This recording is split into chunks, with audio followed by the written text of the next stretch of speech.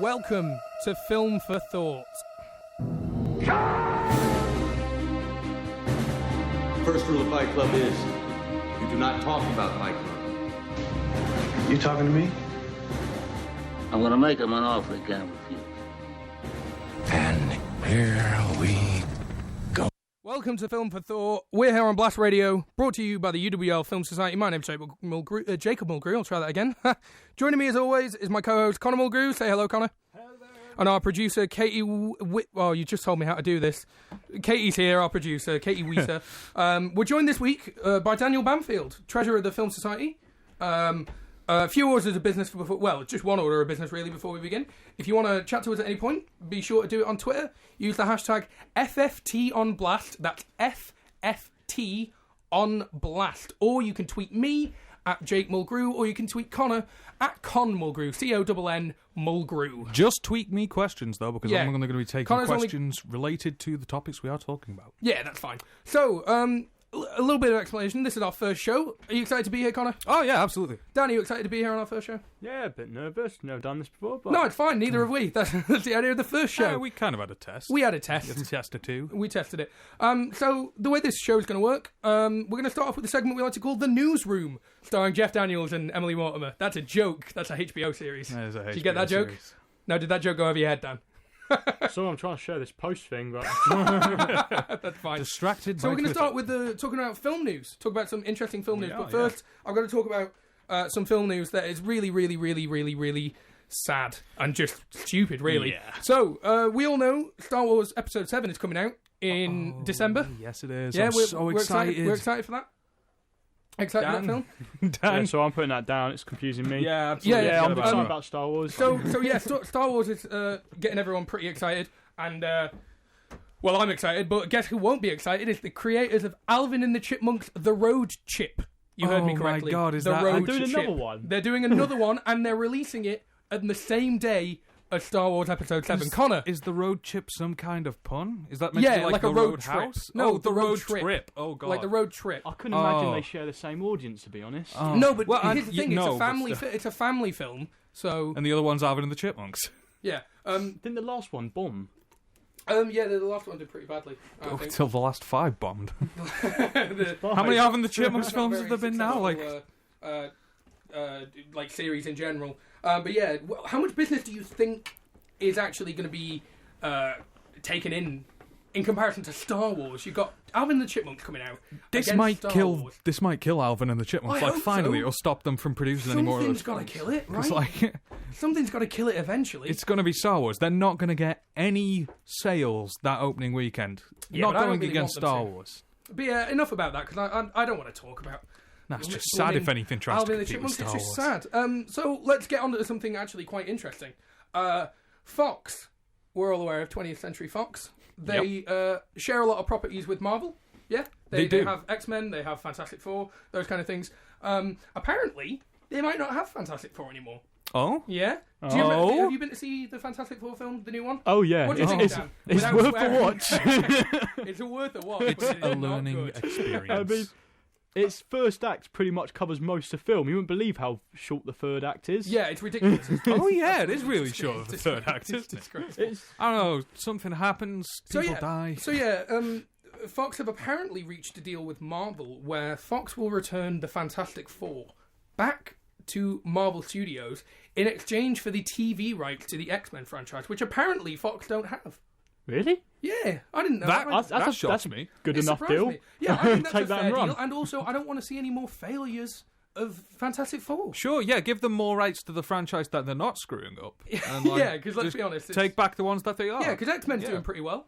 Yeah, Like, as yeah, they far can as- keep 'cause that. we recently- Unless they do it justice. Yeah, Days of the Future Past. We recently got the I say we like I'm part of Marvel. No, Marvel recently got the rights back to Spider-Man as well. So it seems Yeah, like they are just sort of slowly trying to take back all of their properties from Fox. But yeah, I could totally go with them having a TV series. Yeah, for- there's a weird kind of deal X-Men, going on sure. with Sony and Marvel with that. I don't understand how the finance works, but it's very interesting. If I'd have looked into it more, we might have talked about So it. this But isn't like a Sony deal where they keep the merchandise. They're no, it's actually just they offering are a swap. handing.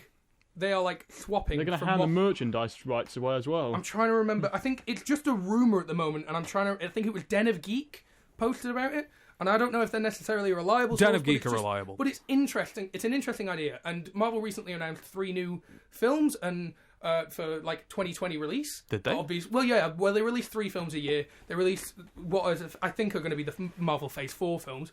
Are going to go forward from here, and so that people are speculating that this rumor lines up because they could be. Fantastic Four might be one of those. Can I just say something? Yeah, you can say whatever you want. I Mate. don't know why it occurred to me that this like multi-billion-dollar franchise would stop at Phase 3. Yeah, it's just Why gonna did I keep think going. that? That's such You're a going to be stupid- 80 years old and watching Absolutely, Fantastic Four 74. As long as I'm alive when they try and like air Spider-Man 2099 in 2099. In 2099. I'm okay with that. I just have to live to be exceptionally old. You'd be 104 when that film came out, Connor. Yeah. So, still in Marvel news, but we'll move on to another topic. Have you heard the rumour? It's all rumours today, really. There's not that much, solid news. Have you heard the rumour that Hulk might appear in Ragnarok? I've heard Thor that. Ragnarok. I Yeah. heard that. So that's... So It's like people... they're teasing us about Hulk Planet Hulk and that, ain't it? Yeah. See, I'm not the only person who wants Planet Hulk. No, everyone wants Planet Hulk, but Kevin Feige's come out and said... That was a nice high five. Kevin Feige has come out and said, Hulk doesn't work on his own. So it makes sense to put him in... Hulk absolutely works on his own. Well, no, but Kevin Feige doesn't think so because of the 2 films that they've got of the Hulk aren't good. Yeah, but they didn't have Mark. That's because they keep. They didn't have Mark They didn't have Mark Ruffalo, and they Ruffalo is keep the trying best to one. give him love interests. Yeah, well... Stop doing that. It doesn't work. No, I like it. The It's Hulk good. is angry. He is supposed to be angry. But no, back to the point. It's Yeah. it's speculated that this would take place not on Earth, not on Asgard, some kind of third planet, maybe Planet Hulk. Am I right? Am I right or am I right? I'm probably not right. But people are speculating that this might be their kind of cop-out way of getting Planet Hulk onto the screen.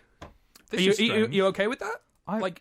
Sorry, just to reverse back a bit. Okay. I've just received an anonymous text Okay. saying Fantastic Four still has the rights. Sorry, that Fox still has the rights to Fantastic Four. They put out an official statement about it. Oh, did they? Oh, I need to is this? research this. And who is this? Who are you, that was mystery you- mystery Shout out to texter? Mr. Knowledgeable. Yeah. Here's the thing. Someone has my phone number. That's the part I'm concerned about. Yeah. I'm just going to go back because apparently I have a history of texting this person, but I don't know who it is. So, well, I guess that piece of news is up in the air. But this one up for speculation we're talking about right now. Would you be happy to see Hulk alongside Thor in a Thor absolutely. standalone? Yeah, I would be. Have And you I seen- think this opens up the doors to bring in the Guardians of the Galaxy and that. Yeah, Absolutely, I think yeah, they yeah, do the need to clones start now. tying their Earthbound stuff to the. Oh, the mystery tweeter is my friend Adam. Oh, Okay. so it's not that exciting at all. No. You just don't save his I don't know number. why. I had his number saved. What's going on? Yeah, had. So let's talk about last weekend's box office, because there was some fun stuff that happened in last weekend's box office. The Martian, obviously. Have you seen The Martian yet, Dan? Wicked. Oh, Yeah, you were very a fan? good. I love it. Very you guys, good. Connor seemed to really love it. I thought it was was good. okay. Katie came to see it with us. What did you think, Katie? I thought it was pretty good, actually. Oh, okay, cool. So she thought it was good. Now get I away thought from it the was- microphone. I thought it was okay. So The Martian this weekend was obviously number 1 Yes, it at the was. box office. It's in its second weekend. But the interesting thing about this is that it only dropped off by 32% of its profit. Normally, for those who don't know, a good drop off for a box office would be probably around 50%. If it drops 50%, that's decent. To only drop 32% of its thing is pretty impressive. That means, I'm sorry, in my mind, that means either it's reaching a stupidly large audience Yeah, or amazing marketing. repeat viewings are Repeat stupid viewings is high. another thing, yeah. I think it's probably a combination of really, really good marketing and Yeah. really great word of mouth. Yeah. Obviously, you probably talked to people about it, Dan, and said, "Oh, it's an amazing film. Go see it." I know you have. Yeah, But that's just interesting. I like stories like that. It's where got a like good blend of sci-fi and comedy. Yeah, which I think I kind thought of the works comedy- to kind of get a good I audience. thought some of the comedy in that film didn't land very well. Well, no, not so much in the film, but the thing is, it's like it's The book is directly funny. translating the books. Yeah, which jokes is and not such always over the it. best Not the thing to best do. idea, but I think the fact that people are going and expecting this hardcore sci-fi film and then discovering it's a comedy, I think that's probably had an effect with it having the Yeah, and also the low it's drop-off. more family than I thought it would Yeah, be. yeah. You could probably take your family to see The Martian. I wouldn't go that far, but I'd No, I definitely think say I think you definitely could. I mean, there's nothing necessarily there's maybe one bomb dropped. No, forget that. I mean, look at the opening scene. The scene that I mean, it's not that graphic though. no, it's not it's that pretty graphic, but it had terrifying, me but, that's convulsing not- and lurching forwards in the cinema chair because I'm You know. You just get sick a lot. So from one really good box office piece of news to one really, really, really, and when I say really, I could not say really often enough, really bad piece of news at the box office. Well, it's not a bad piece of news. It's kind of funny, really. I'm excited. Has anyone seen Pan? No. Or even interested in Pan? Aptly named from what I've heard. It panned. Yeah. So I'm not 100% sure it's out in this country yet, but in America, let's play a little game. I will tell you the budget of this film, and you can tell me what you think it earned in the first weekend. So the budget was 150 million. It earned 120 million. That would be an amazing opening weekend, Connor. Do you know anything about box office? Did I say 120? Yeah. What did you mean to say? No, sorry, I have 120 in my head from something else. What am I thinking about? Dan? Go to Dan. To someone who's not an idiot. I'm going to say 24... No, let's go 12 million. 12 million. You are definitely closer. Why did I go 100? It made 15 million, which is disgraceful. Really? 15? 15 million in its first weekend. And, you know, normally with these kind of stories, you can be like, but overseas, it made this. But overseas, like in the entire rest of the world that wasn't America, it made 25 million. How successful is Disney doing with these whole making live actions of all their old animations? Well, Cinderella did really well. Did it? I didn't know it was they quite did a good Cinderella. film. I haven't seen it yet. Pretty decent. It was Kenneth Branagh directed that. So they're doing the Jungle Book. Yeah, but that looks like sure what I'm. looks fantastic. Wait a second. Is Disney doing the one that's got Andy Serkis, or is that someone No, else? Andy Serkis is doing the one that's got Andy Serkis in it. Oh, okay. So there's 2 Jungle Books coming out, for those who aren't aware, which we're referencing. So Jungle Book is like public domain now. Anyone can kind of jump on the Jungle Book thing. So 2 studios have planned competing Jungle Book films, which is hilarious to me. The first is Disney, being directed by Jon Favreau, who was in Iron Man and directed Iron Man 1 and 2. The other one is being directed by Andy Serkis. It's his first directorial film, and it's also going to star Andy Serkis as Baloo. But Jon Favreau has Bill Murray as Baloo, and then one of them has Benedict Cumberbatch as Shere Khan, the other has Idris Elba as Shere Khan, and Please tell me. they're both going to be amazing films. Please tell me Idris Elba is in the Andy Serkis one. I think Benedict Cumberbatch is in the Andy Serkis one because they've worked together on like Lord of the Rings. The Hobbit. Okay. So anyway, Pan was a total disgrace. Is the thing. So let's move on to another piece of kind of Disney-ish news. I suppose now because the rights are with Disney, as along with all the rest of the Lucasfilm stuff. Indiana Jones. Connor, if I said to you there would be another Indiana Jones film, what would you say? No. No, just no. Dan, would There you are be 3 excited Indiana for another Jones Indiana films. Jones film? Come up with a new idea. Yeah, just get something new. Okay, sorry, I will say the same thing I've been saying for a while. I will watch another Indiana Jones film if they just keep Harrison Ford away from it. You want them to keep... No, you want to keep him away from it. Yeah, Who do you want instead Indiana of... Jones without Indiana Jones. Yeah. Indiana Jones without him, because, God, he's old. How do you expect that to work, though? I would happily see how it goes with oh my God, what's his name? Chris Pratt? No, not Chris. Bradley Cooper.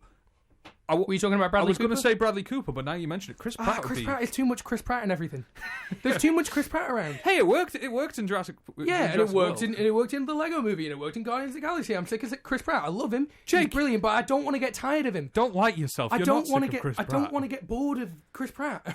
Okay, Do you know what I mean? So we'll take a break. We'll see how Matthew McConaughey. Matthew Why did I say McConaughey. that? Could you imagine that? He's like, I don't know why I said Matthew McConaughey. I did mean Bradley Cooper. Yeah, Bradley Cooper would be interesting, but I think he's too serious for it, really. I don't know. But yeah, so on to the actual bit of news Yeah. here. Steven Spielberg was kind of passively suggesting that Indiana Jones 5 might still happen.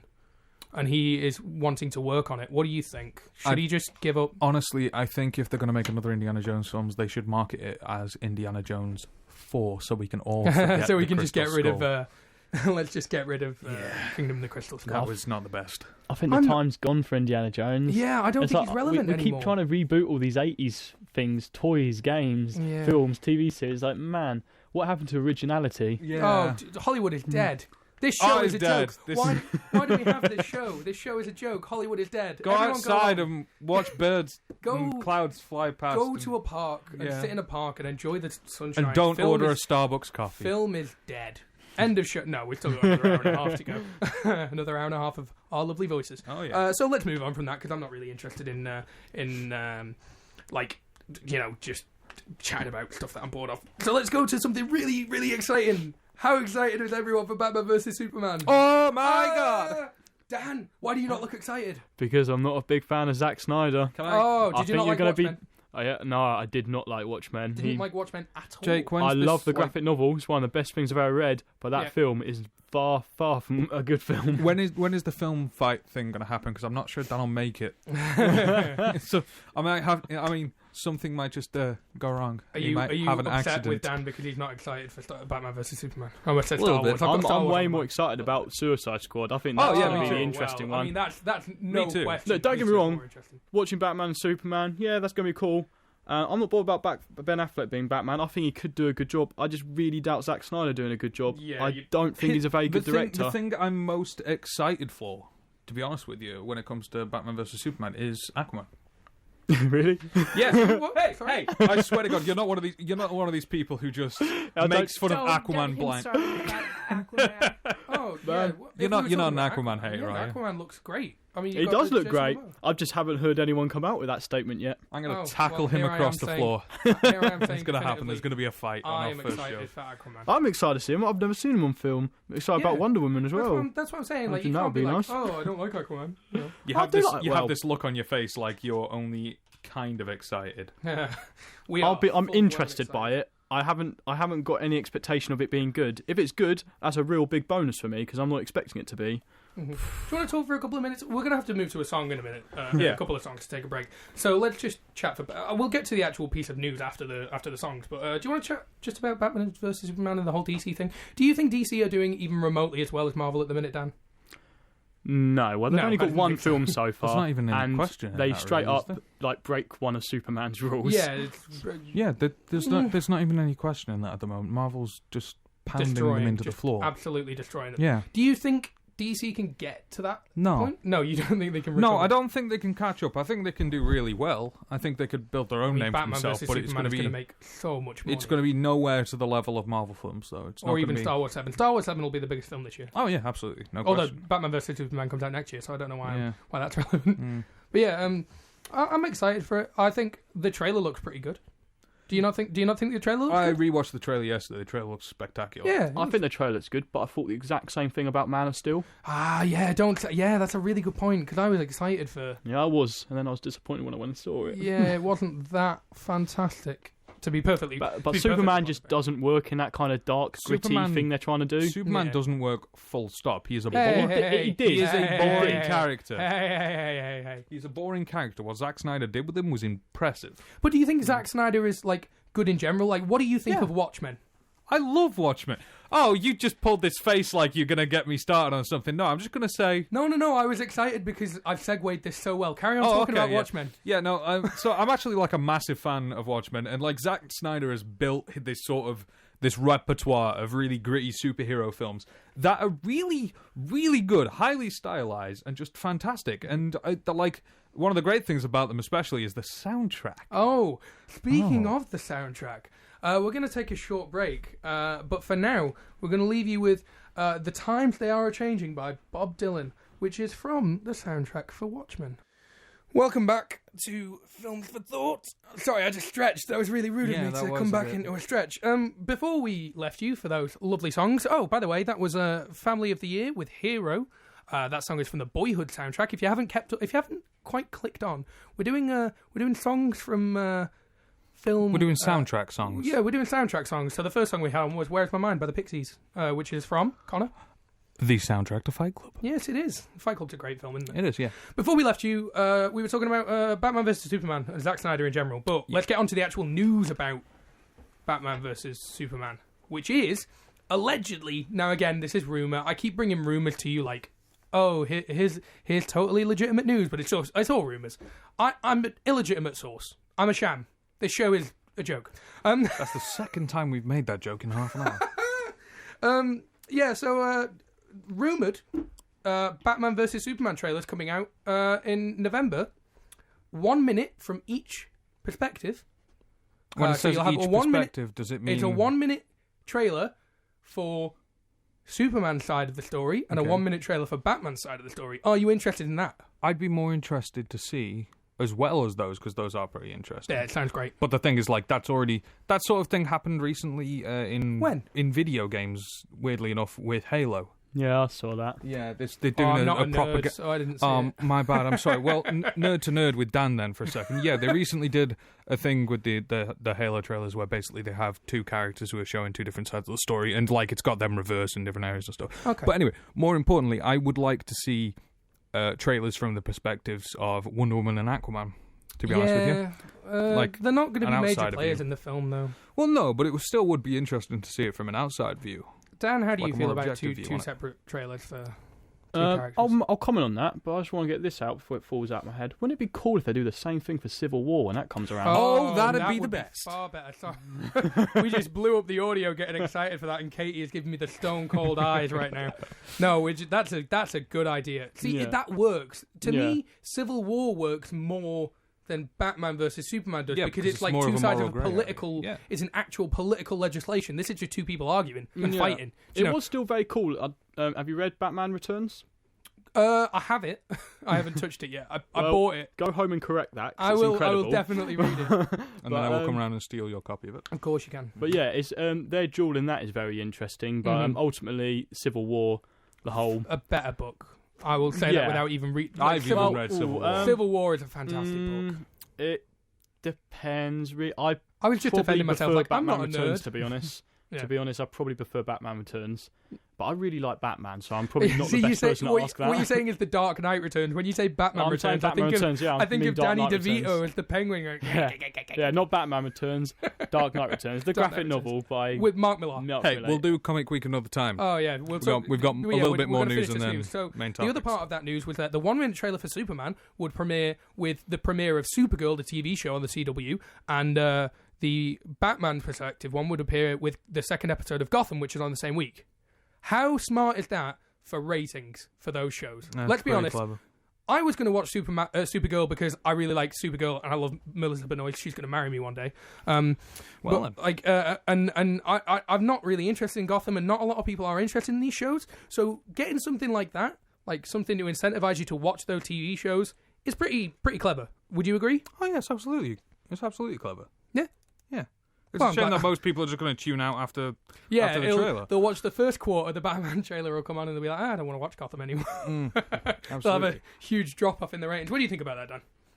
I think it's clever. I think it's kind of interesting how much these big studios are now trying to push these franchises on the small screen. Yeah. I mean, DC for a long time worked a lot more on the small screen than they I did love on the big. Smallville. Still, I love Smallville. yeah, you had Smallville, and even going back to I imagine you two used to watch a 90s animated Batman. Of course we did. Oh yeah, so Oh, of course I did. Actually, and they had the Justice League as well. I mean, in Justice League, yeah. animation. And Teen Titans. Oh, I Yeah, actually they watched Teen ruled over- Titans. They ruled over Batman. Marvel. Yeah. Marvel did have its Yeah. moments, but when growing up, it really If was DC. You are on the small right now. screen. You are devaluing the X-Men '90s cartoon show. And No, I I'm not cannot devaluing it. argue I enjoyed that. that.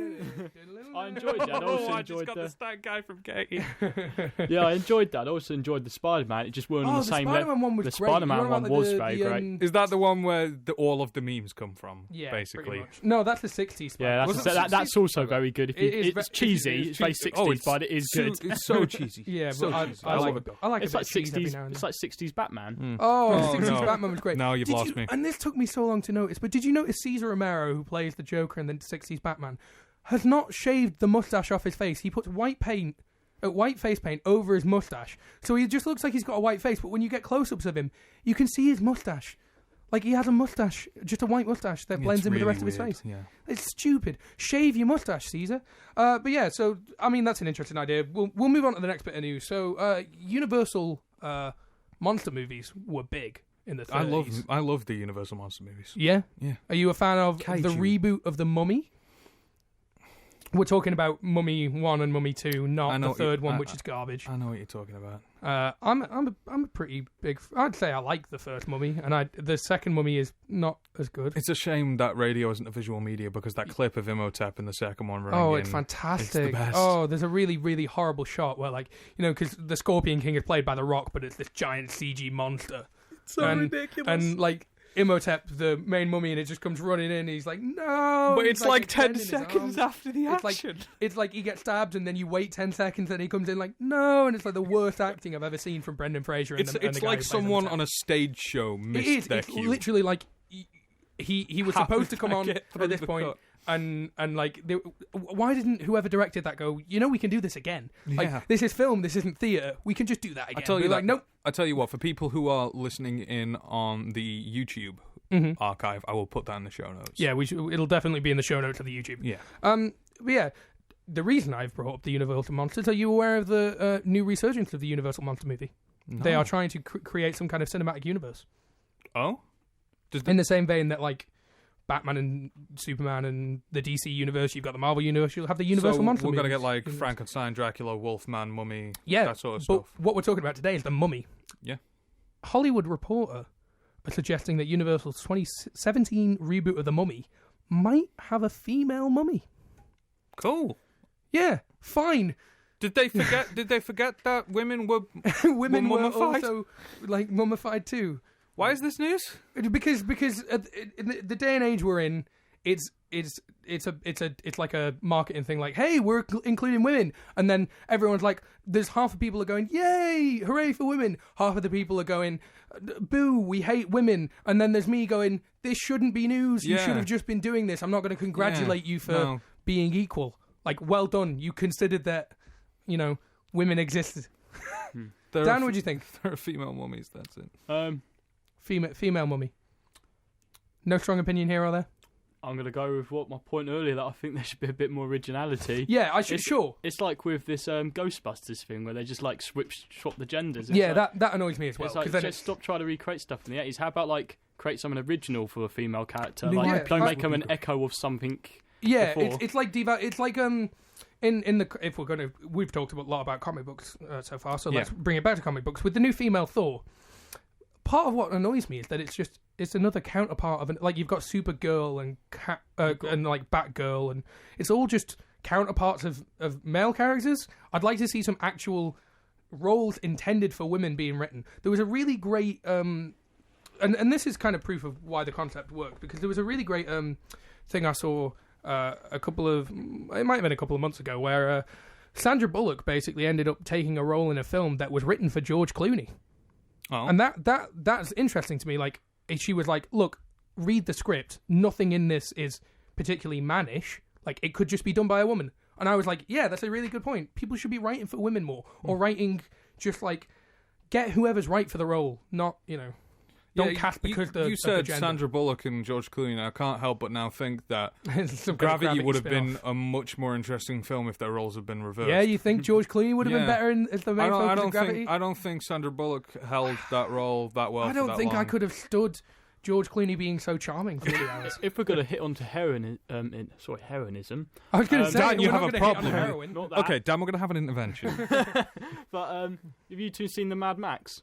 The new The Mad Mad Max. We haven't seen Mad Max Fury No. Road, Well, no. no. But Put it this way, I've heard Mad a lot Max about it. is the side character in it. He's not the main character. Yeah, that's He the way pretty it is much through just the whole stands and franchise. says nothing. And it's a female character who's an original character who actually takes the role, like the whole Yeah, reins of the whole Furiosa, film. isn't it? Can I make a confession? Yeah, tell me the confession. I need to watch any of the Mad Max films. Yeah, I've never I seen haven't one. watched many of them, but I know, like, normally the way that Mad Max films work is he's just kind of observing another person's story. And there was an idiot, and I will say idiot one more time for dramatic effect. He's definitely Like- the protagonist in the first one. Oh, I suppose. The But one there that's was, just there was called an Mad Max. idiot guy at Cannes Film Festival or Toronto Film Festival or one of the film festivals who said to Tom Hardy, like, oh, I wonder if I can remember the actual quote. I think he prefaced it by saying, I want to preface this question by saying that I've lived in a house full of 5 other women, so I know what it's like to be surrounded by estrogen all the time, which already had me going, get this guy off. Yeah. Stop this guy Take from the asking this microphone question. away And then he from went, when you were reading the script, did you not at any point think, oh, why are all these women in here? This is supposed to be a man's movie. And What?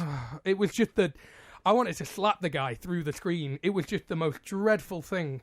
Like, How did I miss credit this to, news? Credit to Tom Hardy. He literally just went, no, of course not.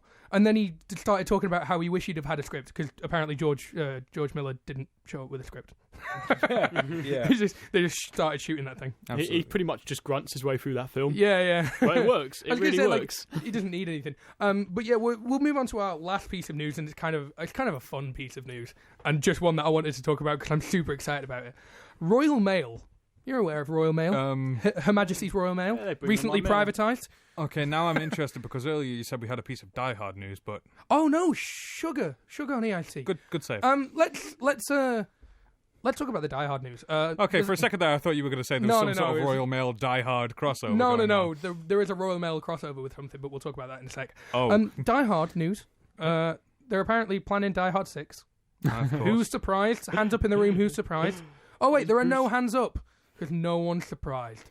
Even if you had to put your hand up, I would have said there were no hands up. Yeah, it's just for to make a dramatic point. effect. Anyway, But the thing that really made me laugh, and I wish I'd have, I wish I researched more before the show. You think I would, as the showrunner. absolutely. But they are apparently planning a Die Hard prequel. What is a Die Hard prequel going to be? John McClane is like a normal cop. Great. That's a film. That's the film I want to watch. Bravo! Give that man an Oscar. Dan, you have the most confused look on your face of all. So just gonna have him getting with his wife or something? Yeah, that's what I'm like. Like, is it just the circumstances leading to his divorce? Like, what is that film? What would that film be?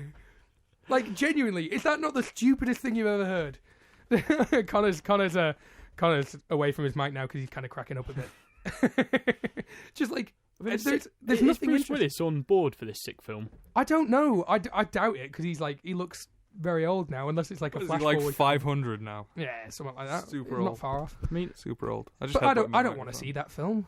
Do you want to see that film? A Die Hard prequel? No, God No. no. come Even on, Hollywood. Katie's shaking her Come head. on. So yeah, we'll move back onto that Royal Mail piece of news, shall we? Yeah.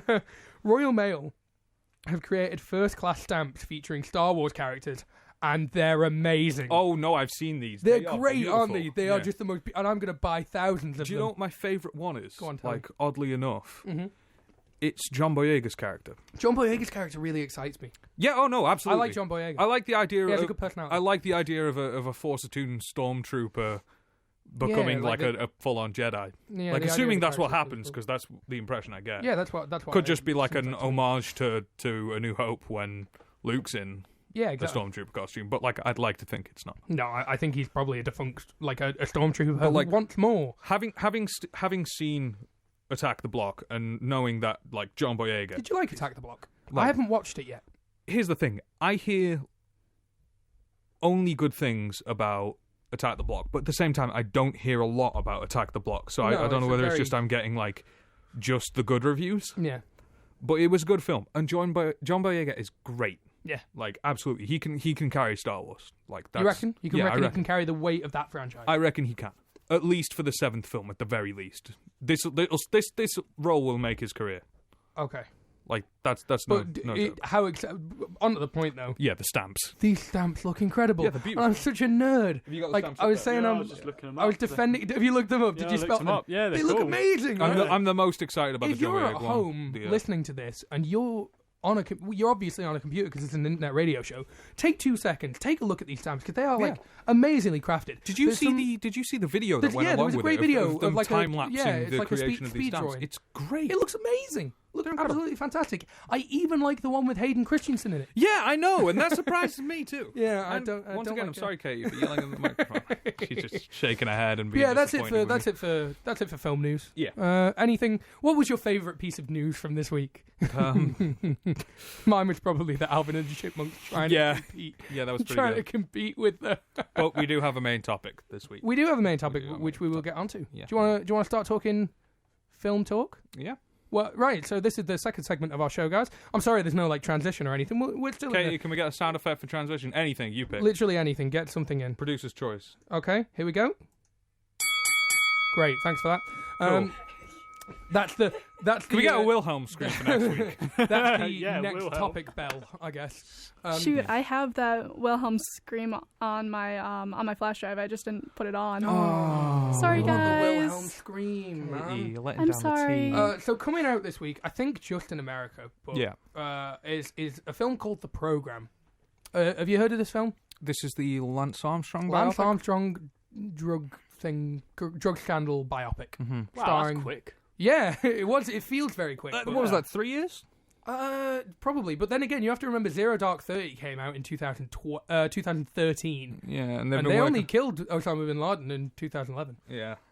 So, I mean, Okay. there have been faster productions. But yeah, it feels quicker for some reason. I don't know why. It's probably just because it was covered for a while. Do you know what I mean? Like, it was around for a while. Like, there was a lot of coverage on it. But yeah, so it stars Ben Foster, who, for the life of me, I can't think of what he's in. I should really just get up IMDb. Ben I've got Foster. him. I don't know that name So either. you recognise his face if Yeah. if I showed it to him. Do you want to get a picture of his face up? I will. But in the meantime, so this is a biopic about the drug era of Lance Armstrong's life, it essentially. looks pretty great. The trailer is exciting. But yeah, it also lends our main theme for today's episode. Yeah, we're which going to is talk about biopics. biopics. Yeah. Ben Foster, just to backtrack a bit, is in Lone Survivor. He's in The Mechanic. He is in the new Warcraft film that's coming out. Okay. Oh, Who's he playing the Warcraft film? Sorry, nerd talk again, but who's he Medivh. Medivh. Yeah. Sorry, I don't play Warcraft. I'm not. I have a life. Ah, my But bad. But here I been am on a directed Friday night. by, Directed by Duncan Jones, Yeah, that's who the directed one. Moon. Duncan Jones is Yeah, great. Yeah, it's I also love David Duncan Bowie's I son. didn't think he'd be good. Is Just that 'cause David Bowie's It's son? David Bowie's son. Yeah, it's David Yeah, Bowie's son. and yet he's really good at directing Wait, films. Duncan Jones is David Bowie's son? How surprised are you? I'm sure we've talked about this before. No. Yeah, he directed Moon. No, I know who he is. I just didn't know he was David Bowie's son. Yeah. Wow, that's a talented family. Yeah, I know. That's what I thought. Yeah. I thought it'd just be like one of these rich kids who just wants to do something, but he can Have you actually seen direct. Moon?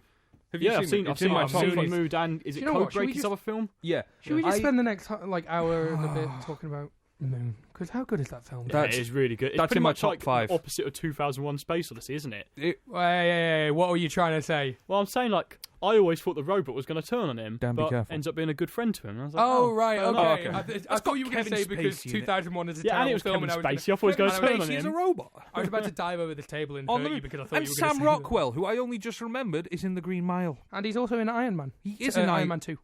He's is in Iron Justin Man Hammer. 2. He I really is. like yeah. him in Seven Psychopaths. I haven't seen I haven't Oh seen my that either. god, see Seven Psychopaths. It's really funny. I will Really try my funny. best to But get yeah, around to it. anyway, biopics. Yeah, so we're going to talk a bit about biopics. Yeah. And I hope that you've seen some of these films that we're going to talk about. Jake, Dan. you're really bad Hopefully. at staying on topic, aren't you? I am. I'm dreadful. But I mean, we're going to another break in a couple of minutes, so it's fine. Do you want to talk, Connor? I set you some homework. Did you watch You did. Jobs with Ashton Kutcher? I unfortunately didn't get. Of course time you to. didn't, because you hate me. Yeah, I like making. Have the you job seen difficult. Jobs? I haven't, but I haven't heard good things about it. Do you know? Yeah, I've only ever seen one role I liked Ashton. Two roles I liked Ashton Kutcher in actually, but one of them was a TV show. So What was the TV show? 2.5 Men. You like him in 2.5 Men? I actually really like him in Two and a I Half haven't Men. seen him in 2.5 I Men. think it shouldn't have been 2.5 Men. I think No, it should have been a definitely different show that was built around the premise of his part of 2.5 Men. But Right. you know, But yeah, it's pretty so good. in 2013, basically, there were a couple of different film studios all working towards to get a Steve Jobs film put out. Yeah. And Jobs was like racing to be the first. Ironically, it was the one last. that the one that ended up being the first was a film called I, Steve, and it was like a parody with Justin Long as Steve Jobs. You know, Justin Long from Dodgeball. Yeah, I and love Justin Tusk and stuff. They ended up just releasing it, and their whole marketing campaign was that they were literally going to be the first, just not because they wanted to make a good film, but just because Because they can. yeah. So yeah, what were we talking about? The Steve Jobs biopic. Steve Rush. Jobs, yeah, so Jobs Yeah. with Ashton Kutcher, crazy good acting. Actually, Yeah. surprisingly enough, I like Steve Jobs. I like Everyone loves I like Steve Ashton Jobs, Kutcher right? in it. Like, I have no problem with it. He's actually probably the closest Steve Jobs will ever get. He looks a lot like him. and I'm. Yeah, who is it in the new one? Is it? It's 5, 4, 3, 2. What was that? Sorry, we've been scrambling through a couple of technical difficulties, so bear with us. But hopefully you can still hear us talking. I think we've fine. just got a countdown for Blast Off. Yeah, that's fine. Commencing countdowns. I think Michael Fassbender will play a very good Steve Jobs. I just don't think he looks a lot like him. Like, how much do you value? I think he looks a fair bit like him, but he's a really good actor, Michael. If you do you bald value him up that? and put a beard on him, sure, but How much do you value the person they're playing in the biopic? Sorry, we're getting a couple of technical difficulties, and I don't know. Yeah, where you're they're gonna have coming to from. repeat that. I didn't hear what you said. Oh, sorry. I was asking. What was I asking? whether you think that Michael Fassbender does will it, be... No, but does it matter if someone doesn't look like they're the person they're playing? Not at all. I don't think it's necessary. I think it helps definitely for keeping for suspension of disbelief's sake. But okay, I think it helps, but it's not necessary. I mean, it does. I think a good performance is more important than the looking, but something like when they do actually look the part, like Ben Kingsley and Gandhi. Oh yeah, looks the part and acts it very well. That was the Oscar winner for that year, wasn't it? Best Picture. Yeah, I think it beat E.T. for Best Picture. It just scraped the victory from E.T. But yeah. So Steve Jobs. So we're moving on from Ashton Kutcher to Steve Jobs. Steve Jobs has a really good cast. Yeah. Yeah. So we've got Michael Fassbender is obviously playing Steve Jobs, but then you've got Seth Rogen as Steve Wozniak. Yeah, a lot of these comedy actors are now starting to pour into serious roles. Jonah Hill's been doing quite well. Jonah Hill was in what's called Wolf of Wall Street. Yeah, but he was still a comedy role in that. Let's be perfectly serious. Yeah, but still, it's quite a big step up. And absolutely. I can never pronounce the dude's name. The one from The Hangover, who was in Birdman. Zach Galifianakis. That's the one. Yeah, Galifianakis. I mean, that's quite a jump up for him as well. Yeah, he was really good in Birdman. Really I expected him to ruin that film. I don't know why. I had my faith in it. I really like, and I'm not even going to try and Alejandro's. I'm not even going to Alejandro Inarritu. Yeah. Did you call him Alejandro's? Alejandro's. With the J. With the J.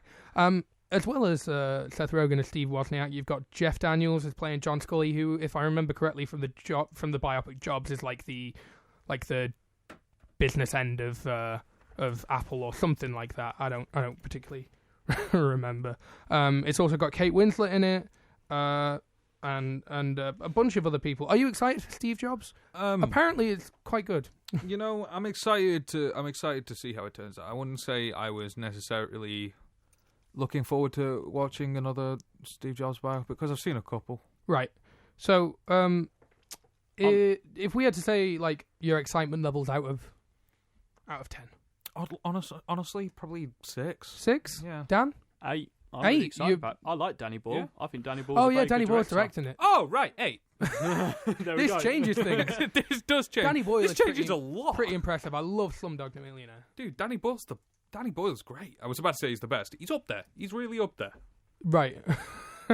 I'm amazed he stayed in England. Yeah, me too. I mean, we don't usually get that, do we? No. Like people who stick around. Dude, the second I've got money to make films, I'm out of here. Yeah. Just straight across the pond. Canada, here I come. And Trainspotting 2's in the works. Yeah. I think supposedly. that could be good. I liked Danny Boyle, past tense. I just don't think sequels are necessary especially not for Trainspotting. Not saying no sequel is necessary, but for Trainspotting, I just can't see what that's sequels are necessary when you write it to There was already a book of a sequel written for it. Oh, is there? Yeah, by the original author. Oh, well, then maybe there's potential. Well, it's a lot better than Blade Runner 2. I had no idea that was a thing. I'm sorry, what? They're trying to do Blade Runner 2, even though there's no book ever written of Oh, that. my word. So they're going to try and continue. Oh, it's just Lord. not going to... And they left with an ambiguous ending, so they're going to ruin the ambiguosity, or however you pronounce that. Ambiguity, there you go. So, we're going to come back to talking about biopics, but right now we're going to play you a little song from the soundtrack of Drive. Welcome back. We are in the third part of the show. When you last saw us, we were talking about biopics, biographical films. We were talking about the program for a little bit, and then we talked about Steve Jobs. So now we're going to talk about one of my favourite biographical films of all time. And Connor, you know what I'm going to say, don't you? Yeah, you are going to say The Social Network. Oh, I love this film so much. You absolutely Dan, do, yeah. please tell me you love The Social Network. wouldn't say I loved it, but I did really enjoy it. Well, I only have room for love in this studio, Dan. So And that's why he brought me here, because clearly he gets along so well with me. yeah,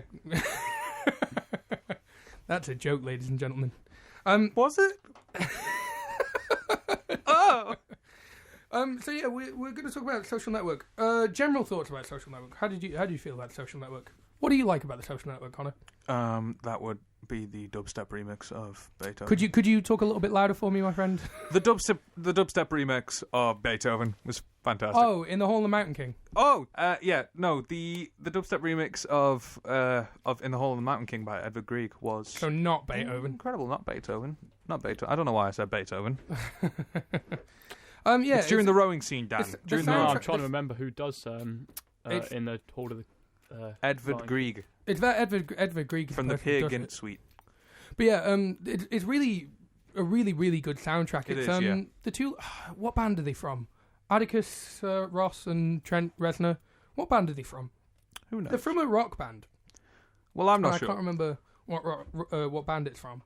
But it anyway- might even be a heavy metal band. Anyway, the Social Network. The Social Network is great. I think it's really well acted. And you cannot fault that script. Like No, in it's great. terms of screenwriting, it's probably one of the best written films I've watched. Like, can you think of scripts that kind of rival it for? Like, what's your favorite script? Like Mine personally, that's going to have to go for Whiplash. Whiplash. Yeah. You think it's a good script, I do think it's a good script, oddly enough. right? For the same reason I think the Social Network script's great, though. It's the one-to-one interactions, like the two people either side of a table just talking. Like, Okay. they actually hold your interest, which in other scenes in other films, you just sort of drift off during the like exposition-y conversations, but they actually manage to make them interesting. Yeah, I suppose in Social Network, it's super interesting to watch two people just talk because they're such interesting personalities in the And film. by that we mean nerds. Yeah, they're just big nerds. Yeah. And I like seeing nerds chat to one another because they're, I mean, why else would we have an audience? yeah. But yeah, I like the Social Network's script. It just moves really fast, and it I don't know. I just like it a lot. I mean, there's not really much more you can say about that. Dan, if you had to pick your like favorite thing about the Social Network, what would you say your best thing about the Social Network is? In your own time, mate. Don't worry. We've not got listeners. I guess the cross-cutting, really, where it keeps jumping from the bit story yeah. being told as a lawsuit That's a good one. into flashbacks. Yeah. The meanwhile back at the ranch thing.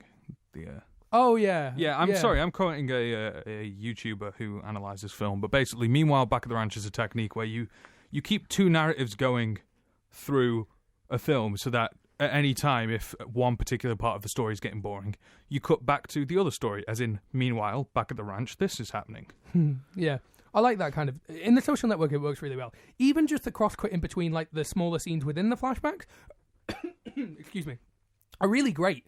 There's a great scene at the beginning where Mark Zuckerberg is doing the code for Face Mash, which is, like, his first internet venture, where he's, like, comparing college girls. It's really misogynistic, but it's cross-cut in between that kind of version of misogyny and then another version of misogyny, like a frat party, where they're bringing these girls off a bus and bringing them into the thing, and the two different like atmospheres they manage to create, but they feel so intertwined, and then they do actually interconnect when the guys at the party discover the website. I just think, honestly, I love David Fincher. Can we talk a bit about David Fincher? Yeah, David Fincher's the best. Just the best. And that's all we need to say, really, because that's David Fincher. Like, I've never known... He's such a meticulous person. I like it. Yeah. I would love to be on set with him and just see him Absolutely. like work, because I feel like you would hate... If you don't get him, you would hate being around him all the time. David Fincher, if you're listening, there are two really, really appreciative nerds here that would just love to make coffee for one of your sets for a week. Mm-hmm. You Just invite us on. We'll make we'll that just happen. sit, make coffee, we'll watch you work, and, you know, I could get your phone number maybe. We could chat about... Not in a romantic way, I just mean we could chat about, like... Oh, no, I mean in a romantic way. Oh, okay. You want to go on a date with David Fincher? I love you. Do you not think he'd be really controlling about the date, though? Like, he'd decide what you ate, he'd decide where you went, it's all going to be planned. Yeah, but I wouldn't be able to well complain lit. because the drinks had come over on the smoothest trolley ride of all time. Yeah. That's a joke. That's a cinematography joke. There's going to be a lot of those from me. Yeah. But yeah, I really like David Fincher. I like the way he just doesn't use a close up unless he needs to. I hate like, oh, here's a thing. You need to pay attention to this thing. Are you paying attention to this thing? You know, those kind of directors who are like anything. Do you know what important. David Fincher is not afraid to show you in close-ups? Refrigerators. Yeah, there's a lot of refrigerator shots in his films. He loves to Just show a lot people of the shots inside of He fridges. loves refrigerators. Yeah. And I don't get it, but it gives you a sort of weird insight to the character. It's a really clever technique, guys. Well, if we talk about like character in David Fincher, there's a great example from The Social Network, which is I can't remember which scene it is. I really should have thought about that before I tried to make this point. But basically, Eduardo, played by Andrew Garfield, some walks great into casting in that it's film. amazing casting. Walks into Mark Zuckerberg, played by Jesse Eisenberg. They walk into their flat, their apartment, and Eduardo goes to the fridge and gets 2 beers. But by the time he gets back to the living room, Mark has already gotten himself a beer. And do you not think that's a really interesting way to like show character? Like, look, this is a guy who walks in with 2 beers. He's like, if you want to learn about the interactions between people in The Social Network, just look for any scene where beer is involved. Yeah, seriously, because honestly, one of my favorite shots in that entire film is where Mark Zuckerberg gets. I can't remember who the character is. Yeah, it's just basically he pulls the beer out of the fridge and goes to throw it to someone who is trying to tell him they don't want a beer, and he just goes and ignores and does it and throws the beer at the wall and smashes the bottle along the wall. It tells you a lot about character. Beer but like, is a fantastic metaphor in that film. Yeah, but like if we just get back to the bit where like Eduardo's literally gone, he's gotten 2 beers, he cares about his friend, but Mark Zuckerberg's already gone and dealt with himself, and he hasn't considered. Like, if you were trying to show that 2 people were really good friends, they would have both gone and got 2 lots of beers each. Yeah. But the fact that he went for 2 beers and Mark Zuckerberg only went for 1, I might be reading too far into this. No, you've read the perfect amount into it. It's really interesting, like the way that the subtle ways that you can like express character and the way that characters interact with each other in relationships. It's the same thing in Seven with David Fincher, where he uses like the physical framing and the position of Morgan Freeman and Brad Pitt in frames. I just want to. We're talking about biopics. Oh, we are talking about biopics. Yeah. I'm so sorry. You know, it's okay. That's just the last thing on David Fincher. This is going to be a lot of yeah. What this show is. It's just me forgetting what we're talking about and just talking about stuff. I love. Last thing on David Fincher before we go back onto biopics. Yeah. We forgive you for the 3rd Alien film. Oh my word! And that's it. Doesn't even seem like a Fincher film. That's it. That's all we need to say. Okay. Back on the biopics. So should we talk about another biopic that came out this year that we only just saw? We wanted an excuse to talk about it. Oh yeah, absolutely. I love this film. Straight Outta Compton came out. Yeah. Solid 8 out of 10. Oh, so I was like, I was like, did his mic cut out? 8.5 out of 10. According to IMDb user ratings, it's a solid 8.2 out of 10. 8.2 out of 10 from IMDb, 8.5 from me, and something like 93 on Rotten Tomatoes. No, I'm looking at a 72 Metacritic score. Oh, I'll check on Rotten Tomatoes. Rotten Tomatoes, in the first week it was out, had like a 90-something. Yeah, well, what did you think of the casting in that film? If we're talking about casting of biopics and whether that takes you out of a film, there is no better film for casting, in my opinion, for a biopic. The worst casting in that whole film was the person they cast as Snoop Dogg. Oh, yeah. You could barely recognize... It barely looked anything like him. Oh, no, they got the general look down, like like it was more like a caricature. Did he just take a selfie? I just heard a camera go off in the corner. Are you taking selfies? Keep the shutter away from the microphone. An accident. Oh, it's got an 89 on Rotten Tomatoes. Yeah, it's done very well, and rightly so, because it's a fantastic film. Yeah, it's a good film. But the thing I said about just about like let's talk about like casting in terms of biopics. Like we would discuss a little bit earlier. Does it matter? Like, if they don't look like the person? Because, honestly, I think Straight Outta Compton is a great example of why it kind of does matter. Yeah. Because, like, if you know these people before you go into the biopics, then I lost myself in Straight Outta Compton. The 2 key parts of casting I want to talk about for Straight Outta Compton are Snoop Dogg and Ice Cube. Ice Cube, yeah. We'll get to in a second. Which are 2 very different sides of the same coin. The reason I bring these 2 up are because... One is the worst casting. It's Snoop Dogg's character in. It's very brief though. It's not. He's only there in passing, but it's more like a caricature. Yeah, it is. It's like someone just drawn a silly picture of Snoop Dogg. But Ice Cube is played by Ice Cube's son. Yeah, and Ice Cube's son looks more like Ice Cube than Ice Cube does. There were times in that film I forgot that it wasn't Ice Cube. It's crazy. Do you know what I mean? Like it's just He's great. such an amazing bit of casting. Yeah. I'd have never thought to do that. In a million years, I'd have never thought to cast. You would have never thought to cast someone's son as themselves. No, I never would. Hey, you heard it here first. I'm an idiot. Duncan Jones is going to play David Bowie. I just want to preface this. I know it's pronounced Bowie, but I keep making the joke it's pronounced Bowie, and now I can't stop myself from saying Bowie. Even David Bowie doesn't know how it's properly pronounced. That doesn't surprise me, you know. Oh, man, it's a tricky name. It's just so ambiguous. Although, can I just say, if we were to... I know we're going to do a thing later on where we talk, like, we pitch a biopic, basically. Well, spoiler alert for the rest of the show. Gosh. My bad. Sorry. You just ruined the whole show. Stop it. Cut the show off.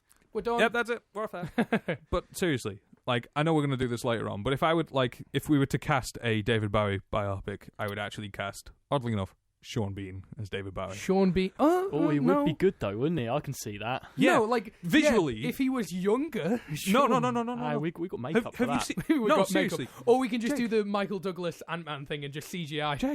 Jake, have you seen David Bowie nowadays? He looks very youthful. No. Does he not? No. Look up. I mean, oddly enough. I mean, after the show, I'll look up a picture of David Bowie. No, this isn't going to be like the Sean Connery thing where we Google. Oh, guys, Google Sean Connery 2015. That guy is not looking good. He looks dreadful. He looks like a homeless person. He looks rough. Legitimately, like someone dressed up a homeless person for a job interview. That's what he looks like. Yeah, that's exactly how I described. Yeah, well, bless him. I love Sean Connery. Anyway, back to Straight Outta Compton. I really liked the film. You know, I reckon it'll get an Oscars nod. You don't agree. This is where we keep the debate that we keep getting is will it receive any Oscars recognition? I definitely don't think so for acting. Like, the acting was great. Not for acting. It was just good acting. It was just good. It wasn't impeccable great. or anything. Like, everyone in it was kind of like... They were playing people who were very easy to play. I'm not saying that it's necessarily... You know... I reckon it'll get a nod for costume, and you don't agree with me. I just think it's a bit too simple. You think, but at the same time, the fact that it just works, the fact that there's no moments where it's production design. Yeah, that's the big one. Yeah, production design in the film is pretty great. Like, it looks like the 90s. Yeah. Do you know what I mean? The whole place, the whole atmosphere is very 90s. I feel like more down to the production design than it is the costume design. No, so, I really like the costume anyway. Yeah, I mean, you know. But yeah, I just don't think it's the kind of Oscar kind of film. No. Speaking of Oscars, here's a little bit of interesting thing that me and Connor have talked about recently. And it's not about biopics, but do you know what? Is this Leonardo DiCaprio? No. Because we can link it into biopics. What Leonardo DiCaprio thing? The Revenant. No, I was going to talk about the Southpaw re-release. Oh, yeah. So, have you seen Southpaw, Dan? I haven't. Oh, it's really good. Dan, I want you involved in these conversations, but you haven't seen these films. Southpaw came out in the summer, in like July. It was the worst time for it to come out. It wasn't a summer film. No, it wasn't. And that should have been November. Harvey Weinstein was like pushing to get. Did you watch Nightcrawler last year? Only the start. What? I haven't seen the whole thing. Oh, well, you need to finish that film. But Jake Gyllenhaal was brilliant in it. It was absolutely amazing. So what Harvey Weinstein has said is that he's going to make sure that Jake Gyllenhaal gets an Oscar nomination for Southpaw. And in order to make sure that he's doing that, he's re-releasing Southpaw in America in Oscar season. That's crazy, right? That's a re-release within a They're year not going to of the earn film any money coming from out. that. They're not going to make any more money, I don't think. Well, no, but at the same time, they don't have to invest anything into production. So, right. I mean, yeah. But like, how much money are you really going to make from a re-release of a film that came out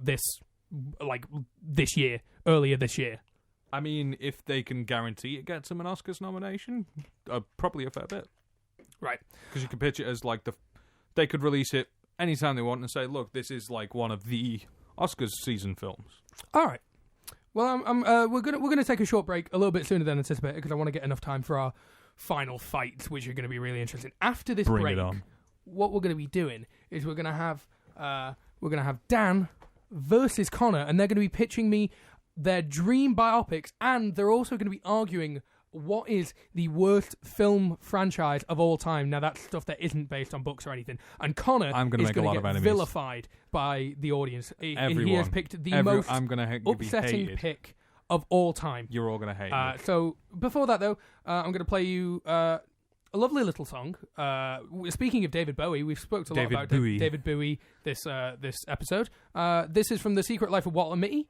It is a space oddity with Kristen Wiig. Kristen Wiig actually sings in this version of the version of the song. It's quite insane. So yeah, enjoy this. Come back in a couple of minutes, and we'll be ready to get on with our Film for Thought Battle Royale. The time is 7:18. You're listening to Blast Radio. Hello. I'd like to play a game with you. I'd like to play a game too. What game should we play, Connor? In fact, I'll tell you what. I'll tell you what game we're going to play. Oh, okay. We're going to play Films for Thought Battle Royale. Ow, ow, ow. I don't have like a reverb, so that'll have to do. So yeah, this is my favourite part of the show. Or well, I'm guessing it's going to be. This is the first time we've done it, but this is definitely what I think will be the best part of the show. Yeah. We're about to do some film arguments right here. I'm going to get these two guys going head to head. Did you bring notes, Dan? I brought notes. Connor has prepared notes. I have prepared notes. I did use the homework. hashtag FFT on blast to tell Connor how much of a nerd he is, and to give me inevitable hate in the second question of the challenge. So we've been talking about biopics today, haven't we, guys? I think. So what I'm going to ask... It was an awful lot about The Social Network. I'm going to ask you a question, and then we're going to get a nice little round one ding, and then we're going to get some dramatic music playing, and we're going to have you talk through your arguments. Does that sound good? That sounds perfectly fine. Okay. And because Dan is the guest, I want to get him to go first. So Really? Oh. Yes, really. So up first, round one. The question is, the challenge is, pitch your dream biopic. Now, there were a couple of rules that came with this. Your dream biopic has to be cast, and you have to pick a director, and it has to not already be a biopic. Did you follow these rules, ladies and gentlemen? I followed these rules. Dan? Followed these rules too. You sound so excited about it. Enthusiasm. So, Dan, we're going to come to you first. Tell me about your dream biopic. Do you know much about John McAfee?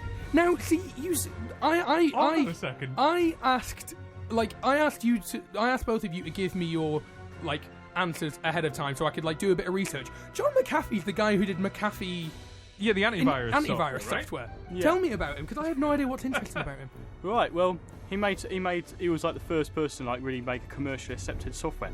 But that's not the interesting part about it. It's when his company went public and he sold his shares. What happened after that is where the interest of him. He pretty much became some weird kind of rock star.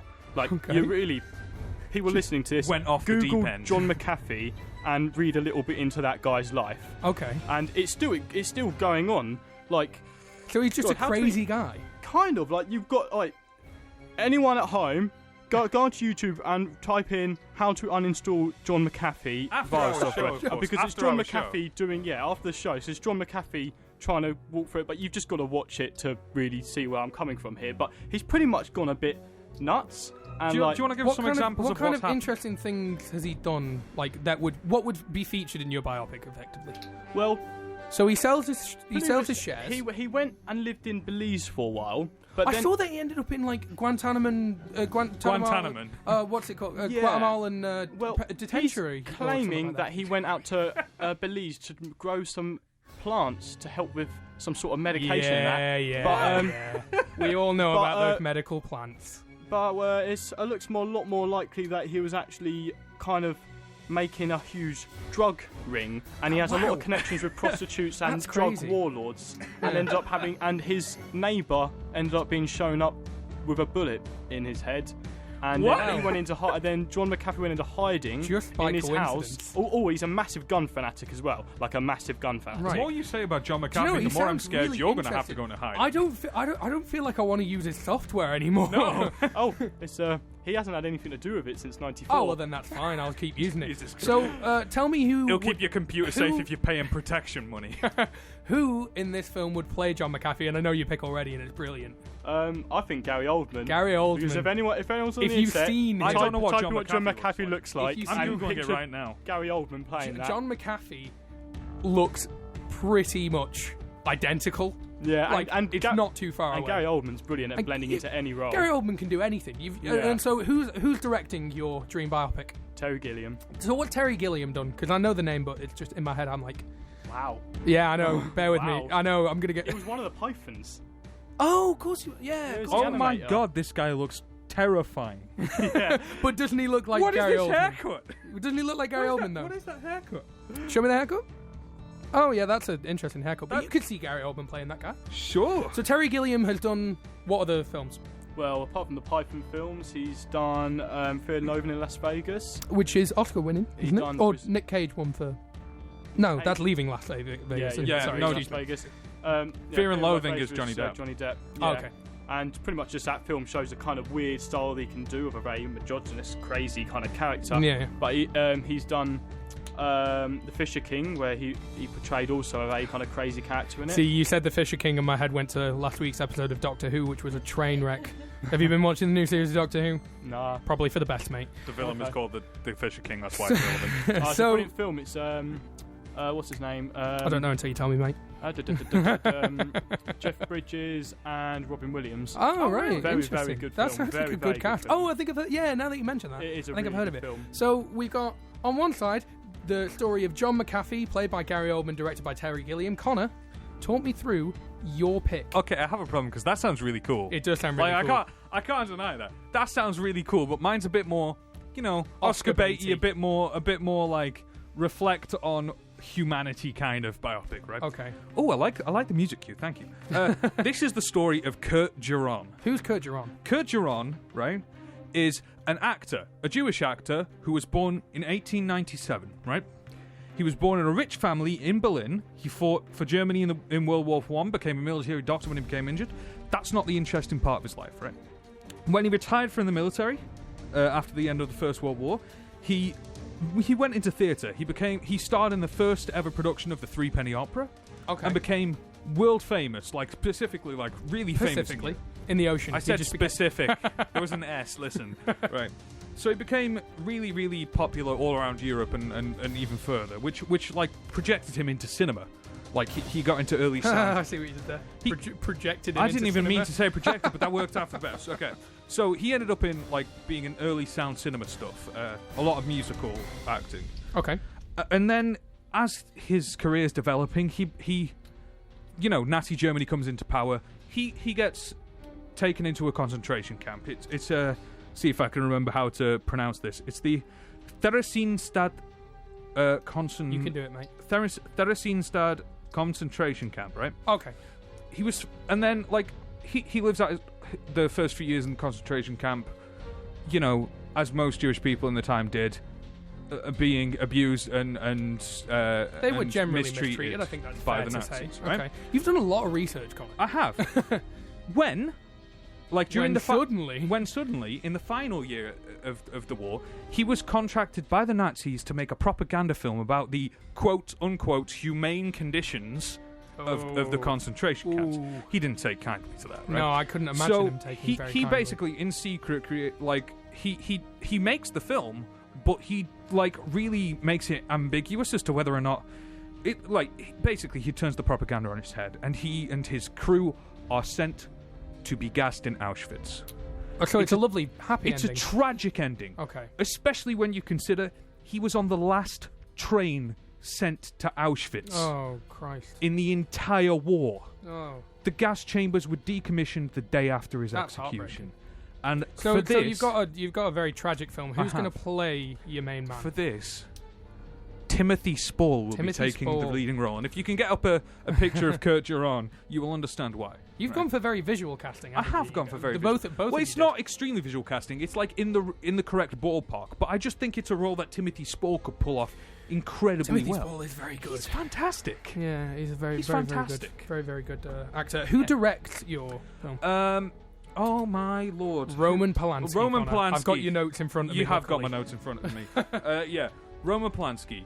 Who directed? He directed The Pianist, and I just think that's like clearly he can do World War II extremely well. Katie's nodding; she knows piano. Go, Katie. That's clearly what. Yeah. But Roman Polanski's got this great like visual style when it comes to the Second World War. Like he nailed it with The Pianist. His directing is fantastic in that film. Okay. It captures the tone of the Second World War and like the actual humanity of both sides in the Second World War. Like it's extremely interesting. I think it would do wonders for a Timothy Spall-led biopic of Kurt Geron. Okay, so those are two interesting facts. Now, this is the bit that I'm excited for. I want you two to tell each other why you don't like each other's stuff. I want to know why you do not like the other person's idea. I want you to stare dead into my eyes and tell me that my idea is not a good idea. Oh, Connor's pulling the sympathy card. Oh, there's some tension in the room. Dan, what do you think about Connor's idea? What do you think? Would you watch that biopic? Yeah, I'd watch that biopic. Yeah. Would you rather watch your biopic? That's not a good start. You should be very sure. I'm pretty sure that I enjoy watching mine, definitely, but they're very different ends of the spectrum. His is much more of a kind of probably something that'd win an Oscar. Mine's probably something that wouldn't win an Oscar. Definitely. Oh no, I don't necessarily think that yours wouldn't win an Oscar. To get Gary Oldman in there, like that could be the thing that gets Gary Oldman his Oscar, because like. I'm actually amazed at the idea of casting him for that. I brought you on to argue. Stop defending each other's ideas. Go at each other. Okay, you're bad. You're bad, and you should feel bad. What don't you like about it? Okay, what I don't like is it'd be hard to nail down an actual narrative. Like, the problem is like it just seems like this character's life is just a string of weird and off the wall events, but like no real moral drive to it, no real like strict linear progression to the film. And I just like, even with Gary Oldman leading it, I feel like it wouldn't like have any particular direction. It would just be a bit nuts, to be honest. It would be a bit nuts. The issue really is it's kind of hard to get the full story because he's very strange in his interviews. He kind of tells a few fibs here, then you get different stories in there, and it's still very ongoing. For instance, he's actually running for president next year. Hold on. What? Hold on. Yeah, he's running for president under a party called the Cyber Party. Oh yeah, he is. He's a Cyber Party. I remember reading that when I was researching him. Yeah. And his story's still kind of getting written, really. In fact, at the moment, a graphic novel about his life is getting written. And get this, guess who's doing his official biography? Tell me who's doing. Have you seen Blow? Blow. The one with Johnny Depp. Yeah.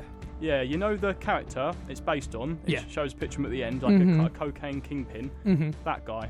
Oh, he's doing the biography. Yeah. This is the kind of friends this guy has. I'll be honest with you, Connor, I'm leaning more toward... That sounds more interesting to me. Really? Definitely more interesting. Yours definitely sounds like it would be a better film. But like as an actual... That's the problem, though, is that this has to be a film. That's the At the end of the day, this does have to be a film. This is a film podcast. This is a film challenge. Yeah. This has to be a film with a narrative, with a structure, with He's got you a bit, moral Dan. and motive. He's got you on the ropes. Finish him. Finish him. Give me a second. Do it. Strike him down. I don't remember the fatality. Do it. Right. Do it. But it's like, it seems like it would be a great... That's my Palpatine impression, by the way. It seems like it would be a great visual exercise. I could see there being some fantastic cinematography in that. But aside from visual elements, it wouldn't be... I'd be just a bit disjointed. You'd just be watching a crazy person get more crazy. But yeah, but wasn't Fear and Loathing in Las Vegas exactly that? That buzzer means that the round is over. So this means I have to declare a winner of the round.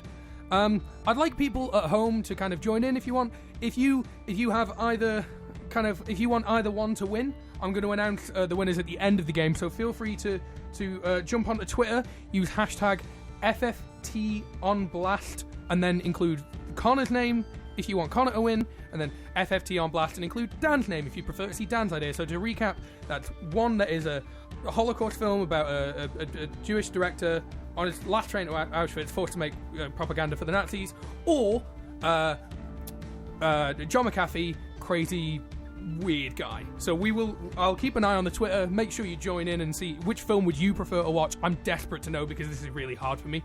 But we're going to move on to round 2, and I need that bell again. I need that bell. Here comes the bell for round 2. Oh, I love that bell. I'm nowhere near as confident in this round. No, you shouldn't be, my friend, especially now that I'm getting the audience to help me vote. Okay, we need to bring down the... So, let's chat. This next topic, round 2, is the question I'm putting to you is, what is the worst film soundtrack? No. What is the worst film franchise? Now, the stipulation for this was that it had to be something not based on a book. Not based on source material. Not based on source material. New So IP no books, film. no other films it's based on. It's a new film, but it has to be more than one film. It has to be a series of films. Now, Can Dan go first again? no, unfortunately, Oh. because Dan went first last round. So, Connor, I've read your notes. Katie's read your notes. I'm so sorry. Would you reveal to the audience what your pick for the worst film franchise is? I have picked Back to the Future. I'm sorry. Wow. They got Yeah. a boo sound effect specifically for me. Right. We literally, as soon as I got those notes, I was like, Katie, I'm going to need you to download me a boo sound effect. Connor, Right, okay. explain to me why on earth you think it's acceptable to come into my studio and tell me that Back to the Future is the worst film franchise, and then I'm going to have the internet and Dan tell you why you're wrong. I had a well-structured argument, but now I'm scared. No, go on. Go ahead with your well-structured I argument. can't. I'm too scared. No, do it. I can't think wait. of how it starts. I can't. No, I can't. No, Right, come on. okay. Hit me with it. So- I'm really excited to hear. I'm really excited to Okay. hear. The problem is with Back to the Future, it is like with a franchise of films, you have to create them for longevity, right? Okay. Now, Is that true? it's mostly true. Think about the big successful films of the last 50 years. You've got Star Wars. Okay. It's a franchise. You've got Indiana Jones. It's a franchise. You've got Back to the Future. For some reason, it's a franchise. Okay. Right? Why, for some reason? For some reason, because look, I'm going to preface it. I'm not saying Steve, you're done. Let's be honest. I'm going to let you finish. I'm going to let you finish. But let's be honest. This isn't going to go well for you. Okay. Right. As a sci-fi fan, you can admit that it has an outdated view of time travel. Do you think that's true? I think it's true. Basically, over the last 30 years since the film came out, Okay. we have developed more and more of a knowledge as a community. I mean me and the internet when I say a community. Okay. Go on, lump yourself in with the internet. That's the best Yeah, thing it's to a do. terrible idea. But like, knowledge of stuff like science fiction and time travel has become significantly more knowledgeable. And the problem with it is that it doesn't really make sense. Okay. Like, the alleged science in the film would have us believe he's slowly fading out of existence.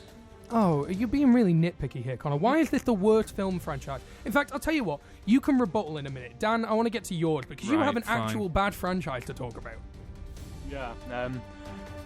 I've actually picked Paranormal Activity. Oh, there's a reasonable choice. Oh, I should have gone with a horror film. You should have gone with a horror franchise. I'm surprised you didn't.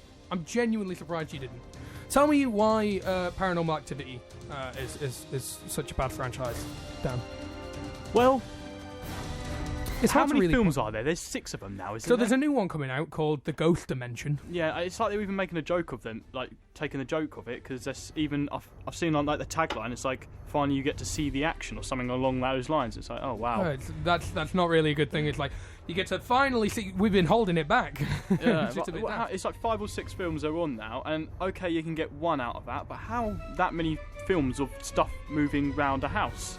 I mean, I don't like found footage as far as it goes, but it just seems crazy. I mean, look at the revenue this franchise makes, and Right. it's just stuff moving So around I'm a going to house make a on counter argument camcorders. on Connor's behalf. Do you not think that because you have to think about like business when we think about film? Because unfortunately, film is a business. As much as we'd all like it to be all creatively driven, Yeah. it's a business at the end of the day. Paranormal Activity. How much does it cost to make one of those films? Like what, 10 million probably? Yeah. Well, the first How much one was do they the make, first though? one was made on a shoestring. I think 19 grand or 29 grand or And something how like much that. do they make though? I think the first one made about 270 million or something along those lines. Connor, finish it. Okay, so I'm just going to say, how can that clearly that is as a film product ridiculously We're effective. talking about franchises. We're not necessarily looking at it as a product. Okay, well, as a franchise, then it is ridiculously successful. If you look at something that, like, sure, Back to the Future has become a pop culture icon, but the people who initially enjoyed it just as a film, like Jake, tell me you're not sick of seeing people on Facebook complaining about how we don't have flying cars or self-driving No, because I'm shoes one and of stuff. those people on Facebook, Connor. Here's a question I'll put to you both. Paranormal Activity 6 comes out tomorrow. Back to the Future 4 comes out tomorrow. Which makes more money? Yeah. Go on, Connor. Tell me which makes more money. Okay. Back to the Future makes more money. Okay, Back to the Future 4, which presumably would have Michael J. Fox just as an old man. Co-starring Shia LaBeouf, probably. In what will be his second worst role. Third worst role. Third worst role. Yeah. I'm counting Transformers as one role. Oh. Okay. So, like, here's the problem, though. Is they're so inconsistent with tone, they have outdated morals. They, like... Think about the actual moral structure of the first Back to the Future film, and then the second film, and the third film. They all promote this really misogynistic, outdated view of misogynistic. Rewatch those films. It was done in the 80s. And rewatch those what are we films. looking for when we rewatch those films, Connor? What are we looking for that particularly misogynistic? The way that, like, the entire point of these films is your traditional just save the day, save the girl. I don't think it saved the girl. Do you think it saved the girl? Have you watched the films? Is it really save the girl, or is it save this relationship? Save, like, his parents' relationship? It's more I want to exist. Yeah, it's like I'm gonna be gone, erased from all Okay. time and space. Cool. That doesn't really seem like save the You're talking girl. just about the first film, though. Okay. We're talking about a franchise. Yeah. So what's the second? What in the second film is like save the girl? Okay, the second film's just a mess. Everyone says it's the best one in the franchise. I don't know why. I don't think anyone says it's the best one in the franchise. I see a lot of people say it's the best one in the franchise. Well, then those people are wrong. Is the worst. The worst film in the Back to the Future It's franchise. the worst film in the Back to the Future franchise. You're standing in a studio across from me, genuinely, legitimately saying that Back to the Future 3 is better than Back to the Future 2? How dare you? Look, how can you come into this studio? Here's the thing. I don't like the third one. I just like westerns, so it's the most tolerable one for me, right? What? It's so bad. Yeah, Dan, it's bad. The whole kill him. franchise is I bad. don't like the third one. Yeah, the whole tell him why. franchise is bad. Tell him why you don't like the third one. What's the worst thing about the third one? It hasn't got its charm. Yeah. No, it hasn't. But the problem is the second one doesn't have its charm. Yes, it does. It's, Yeah, so, it does. it's so depressing. No, and it's dreary. in essence it's the same. It's like the same film. I don't Go to the third act of that film. It's very much not the same film. It's so depressing and dreary and like, oh, we're trying to be edgy and it's not good. The franchise is so inconsistent in tone. It's inconsistent in its writing quality. And yes, I'm bringing that up. Oh, its writing quality is shots fired at the inconsistent. writing. Right? It's just. Here's the thing: a franchise, at least with Paranormal Activity, right? It's consistent in tone.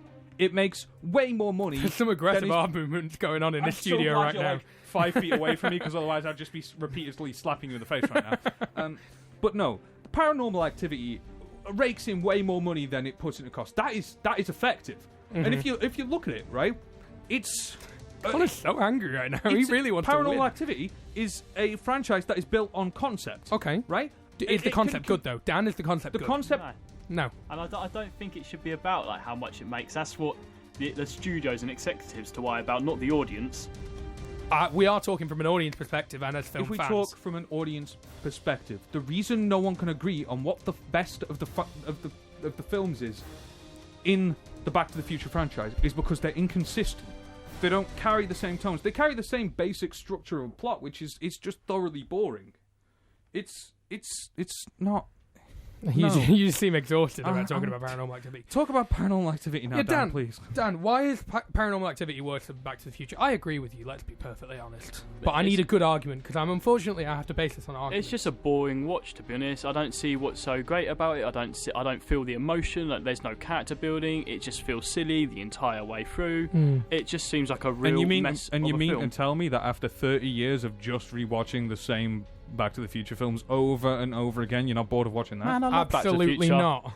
I find it entertaining. What kind of an argument is that? Do you like? Do you ever get tired of eating that chocolate cake every day? No, because it's chocolate cake, man, and it's delicious.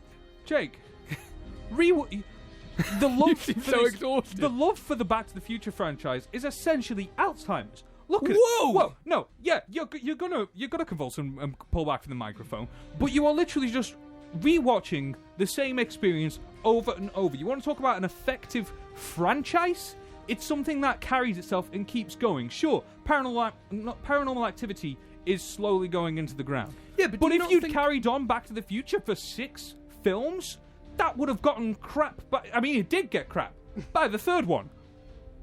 I've just thrown it out there. It's Paranormal Activity sustained itself in the era that it came out with enough cash to keep going for 6 films. And you mean to tell me that Back to the Future is a more effective actual franchise? No. Dude, you are like scary. Come at me! I get the feeling Connor really wants to walk home with the prize for this. There's a prize? No, of course not. I don't have the money for a prize. Back to the Future made a lot more money than you think it did. I think it can make a lot more money, but it didn't make enough money to sustain a franchise, and that's what we're talking about, is the actual franchise itself. It was a trilogy. I was going to say, That's where they you decided are to end it. arguing a closed, confined trilogy against something that is quite open-ended. But to that question, I would say, I would, on your side, Dan, I would say that Paranormal Activity is too open-ended, right? Like, do you know the story of 6 films in? Do we know everything about Paranormal even if Activity? you can like it, I mean, it shouldn't be something that's been done over and over again. Once it's been done once, that's all you can do with it. It's like Final Destination. Why did that go for 5 films? Once you've done it once, that's it down. So, that is the end of round 2. Can I just throw a quick thought in? Okay, yeah, tell me. I regret picking the Back to the Future franchise, and it was really hard to argue against Paranormal Activity, so well done, Dan. Do you think Dan's just won, just based on picks? No, not alone? necessarily, but because I think that you argued it really poorly. Ooh! You did argue it really poorly. Shots are being fired in this studio. I think I made the better argument. Okay. I may have not picked the best franchise, but I think I definitely made the best argument. Do you want to know something that I've been holding back on? Sure. I've never actually watched Paranormal Activity. How is this even a question anymore? This is I fantastic. was saying it when I picked it. I was like, I want to say Paranormal Activity, but I've never actually seen it. So that's the real reason you couldn't look, tell us about what's going on No, in the but plot. here's the thing, Connor. That piece of information came out of the round, so I can't include it in my decision. Damn it! Right. Katie, do you want to give me a hand judging? Or do you want me to just... Oh, she's giving me the good God no. Did you don't get let any me tweets in? be on microphone. Twitter's been... Nah. Nothing much on Twitter. Okay. So it's going to have to be down to me, I think. So round 1, we discussed the perfect biopic. Yeah. And Connie, you brought to me a story about Kurt Jerome. Excuse me? Kurt Jerome. Oh, Kurt Jerome. Played by Timothy Spall, directed by Roman Polanski. Dan, you brought just the most bizarre character, John McAfee. Yeah, I think we're going to have to wait for him to die to know the real story of this one. Played by Gary Oldman, directed by Terry Gilliam. If I have to go on what I think is the more interesting film, I am going to have to give it to... I think the more interesting film I'm going to have to give to Dan. What? So that's 1 point for Dan. Well, the other one is tough, right? And No. Go back. This is a travesty. What? He didn't pitch you a film. He pitched you a concept. You also pitched me a concept. I pitched you a concept for a film. He pitched you a concept for just a person. Just a crazy old... I should have given him Crazy the old points because person. he has to come back next week. You Connor. don't. I'm going to have to deal with Connor, him. you're not salty or anything, are you? You don't feel a Like- bit salty, my Shut friend? up. Feel a bit salty? No, I think the film I would rather watch of those two would be some kind of bizarre John McAfee story because it sounds interesting. I'm a fan. You guys are the worst. But the thing I'm having trouble with, and it shouldn't be something I'm having trouble with because it seems so obvious, right? I'm having trouble with round 2 because Connor made the better fight. He really did. He fought hard. But Paranormal Activity is so bad. And Back to the Future is really good. And we're talking about the worst film franchise. Oh, this is so tough. Oh, what am I going to do? Maybe I'll just keep talking and teasing. You see, you had a really get-out clause. You should have given me the first round and you could give down the second round. You wouldn't have to go home knowing that you gave a point to someone who argued against Back to the Future. Look, the unfortunate thing is Connor made some really good points. But I don't want him to win. I hate you. Because that's a disgraceful choice. You don't come in to my show shouting Our about... show. You are a co-host, my friend. Yeah, you are my co-host. We are co-hosts. You just don't come into the studio and try and tell me that Back to the Future isn't a good film or a good film franchise. So, I'm going to let my bias You are hurt the you. worst. I'm going to give the second point to Dan as well. Dan, you are the first winner, the first champion You guys are the of worst. Film for Thought Battle Royale. Connor, get out of my studio.